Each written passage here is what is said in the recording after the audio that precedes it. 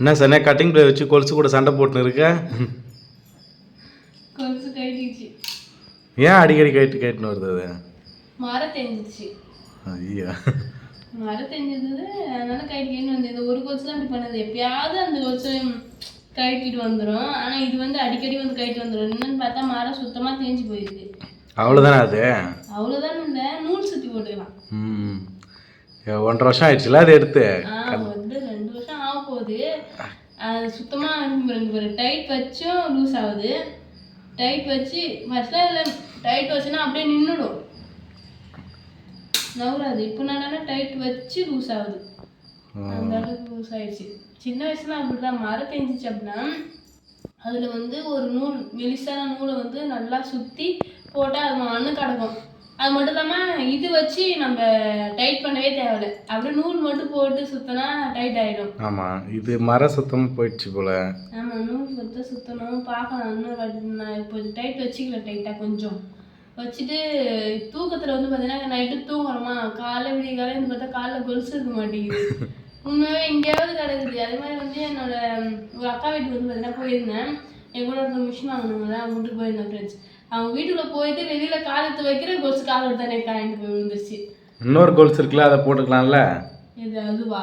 அது function use. அது போட்டுன்னு எனக்கு தூங்க கூட முடியாது. ஆமாம், சத்தம் வர கேட்கும். ஐயோ, அது சத்தத்தை தாண்டி கால் செம்ம வலி வலிக்கும்.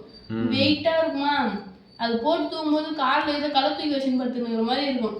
அதனால தான் நான் எந்த ஃபங்க்ஷன் யூஸ் ஆனாலும் சரி, இந்த திருவிழாக்கு அது போட்டிருக்கேன் அப்படின்னாலும் சரி, நைட்டு தூங்கும்போது அதை எவ்ரி நைட்டு கைட்டி வச்சு தான் படுப்பேனே. காலைல எழுந்து போடுவோம் தெரியுமா, அந்த அளவுக்கு அது ஒரு மாதிரி கால் வந்து பார்த்தீங்கன்னா இறுக்கி பிடிச்ச மாதிரி இருக்கும். கருப்பாகவும் அது. ஸோ இருக்கு காட்டுறதா? காட்டுங்க. நிறைய பேர் வந்து பார்த்தீங்கன்னா சில்வர் கலெக்ஷன்ஸ் வந்து போட சொல்லி நீங்கள் ஃப்ரெண்ட்ஸ் கமெண்ட்டில். நானே பார்க்குற மனு தான் பார்த்தீங்கன்னா அவர் வந்து பார்த்தாரு. ஸோ அதனால நான் பார்க்கலாமா அதையும் சேர்த்து? பார்க்கலாங்க. சரி, நம்ம வீட்டில் வந்து சில்வர்னு டிஃப்ரெண்டான ஐட்டம் வந்து எதுவும் இல்லை. பட் எங்ககிட்ட இருக்கிறத பார்க்குறாங்க. நம்ம ஏற்கனவே வந்து பார்த்தீங்கன்னா கோல்டு கலெக்ஷன் தான் பார்த்துருந்தோம். கோல்டு. ஆமாம். ஸோ இந்த வாட்டி சில்வர் கலெக்ஷன்ஸ். சரி, பார்க்கலாம் வாங்க. சரி, ஓகே, வரேன். ஒரு 5 minutes வெயிட். சரி. கோல்ஸ் வரேன்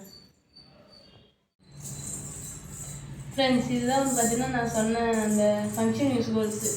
நிறைய பேர் பார்த்துருப்பீங்க. பட் இருந்தாலும் வந்து பார்த்தீங்கன்னா இது வந்து எப்பயுமே காலேஜ் போகிறோம் இல்லையா, சொன்னால் காலேஜ் ஸ்கூல்லாம் போகும்போது எப்பயுமே காலை கொலுசு இருக்கும். இப்போவே சரி, கொலுசு இல்லாமல் காலை பார்த்துட்டு கொலுசோட பார்த்துட்டு இல்லாமல் பார்த்து நல்லாவே இருக்காது. மனோன்னு பார்த்தீங்கன்னா சொல்லுவார்.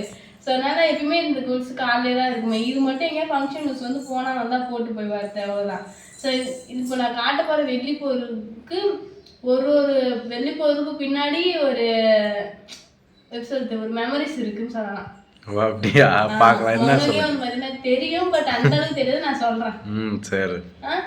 சொல்லு கேட்டு. நெக்ஸ்ட் வந்து பார்த்தீங்கன்னா இந்த குருமாத் வந்து மொனோவுது. இது வந்து பார்த்தீங்கன்னா இதுக்கும் வந்து இந்த நியூஸ் மொனோவு தெரியும். இது பின்னாடி வந்து பார்த்தீங்கன்னா பெரிய நியூஸ் ஒன்று இருக்கு. சரி, நான் வந்து பார்த்தீங்கன்னா முத ஒரு வெள்ளி பொருள் கொலுசு இல்லாமல் வெள்ளி பொருள் யூஸ் பண்ணேன். செயின், வளையல், மோதிரம், அந்த மாதிரி நான் எதை யூஸ் பண்ணேன்னு சொல்லி பார்த்தீங்கன்னா ரிங்கு தான் முத யூஸ் பண்ணேன்.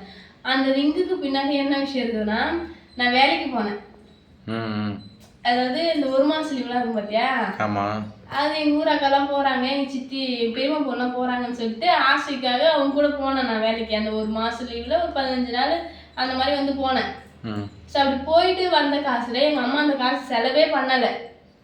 எப்படி சொல்லுது, கொடுக்குற காசுலாம் அப்படியே வச்சிருந்து ஒரு டைம் நான் விழுப்புரம் போகும்போது அந்த காசை வச்சு எனக்கு மொத ஒரு வெள்ளி ரிங் வாங்கி போட்டாங்க. ஸோ எங்கள் இதில் வந்து பார்த்தீங்கன்னா, அதாவது நம்மளோட இதில் சரௌண்டிங்கில் வந்து பார்த்தீங்கன்னா ஒரு ஞாபகார்த்தமாக இருக்கணும் அப்படின்னு சொல்லிட்டு வாங்குறது எல்லாமே வெள்ளி பொருளாக தான் இருக்குமே. வெள்ளி செயினும், வெள்ளி கொலுசு, வெள்ளி கம்மல், அந்த மாதிரி தான் இருக்குமே. ஏன்னா பட்ஜெட்லாம் அதுக்குள்ளே தான் வரும். ஸோ அதனால அது மொத நான் வாங்கி போட்டது என்னால் மறக்கவே முடியாது.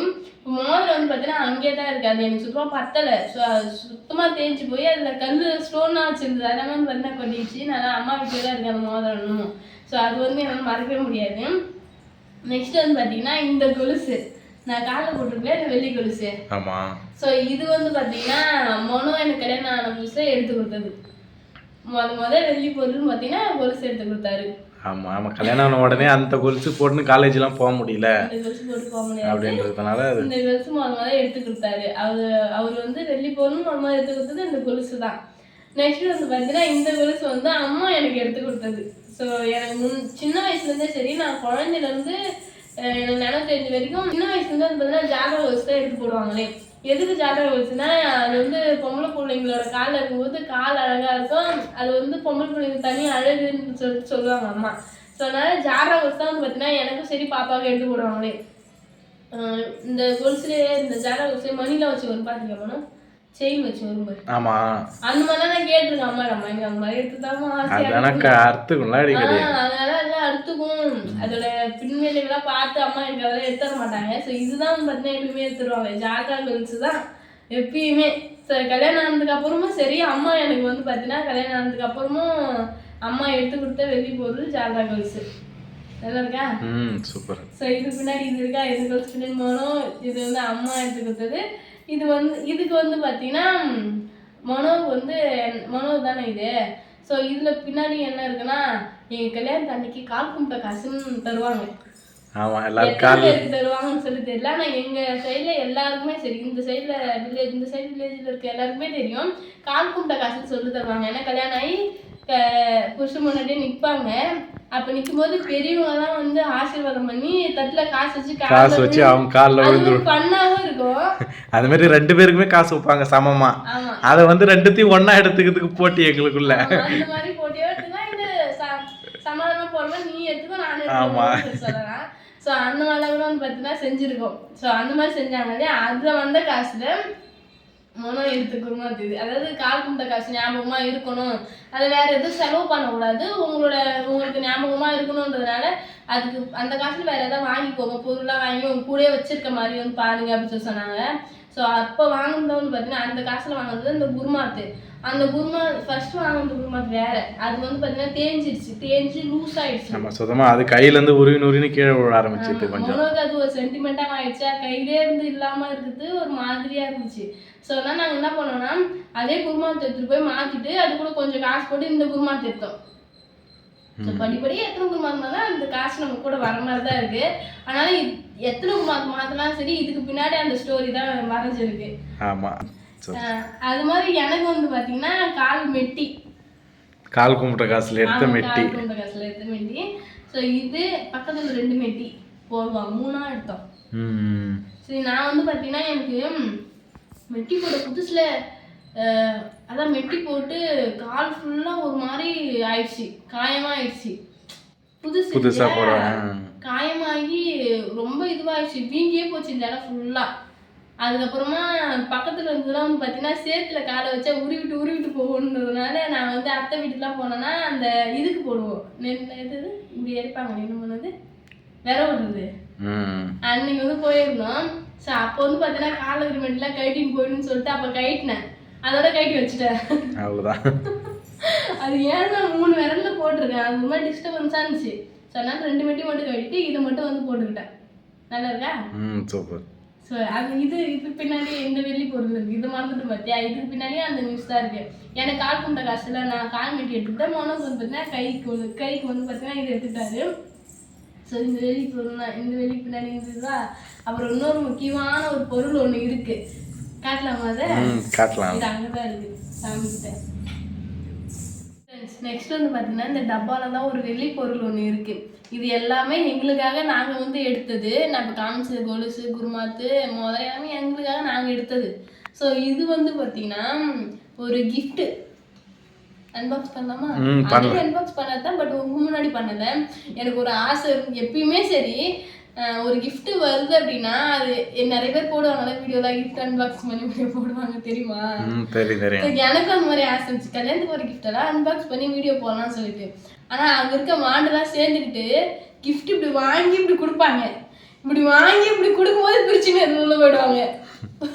அங்கேயே அந்த பாட்டிலே வந்து பார்த்தீங்கன்னா கிஃப்ட் பிரித்து பார்த்துருவாங்க. ஸோ அதனால் இந்த கிஃப்ட் வந்து பார்த்தீங்கன்னா அன்பாக்ஸ் பண்ணிட்டோம் ஆல்ரெடி. இப்போ உங்கள் முன்னாடி ஒரு டைம் அன்பாக்ஸ் பண்ண போகிறோம், பார்க்கலாம். ஃப்ரெண்ட்ஸ், இந்த பாக்ஸ் பார்க்கும்போது இது உள்ள என்னவா இருக்கும், ஏதோ உங்களுக்கு ஒரு ஐடியா வந்துருக்குல்ல, இது பார்த்தா இருக்கும் அப்படின்னு சொல்லிட்டு தோணி இருக்குல்ல, அப்படி பட்டதை கமெண்ட் பாக்ஸில் கமெண்ட் பண்ணிட்டு போவாங்க. ஸோ இது வந்து இப்போ நான் காட்டுறேன், சரி பார்க்கலாம் வாங்க.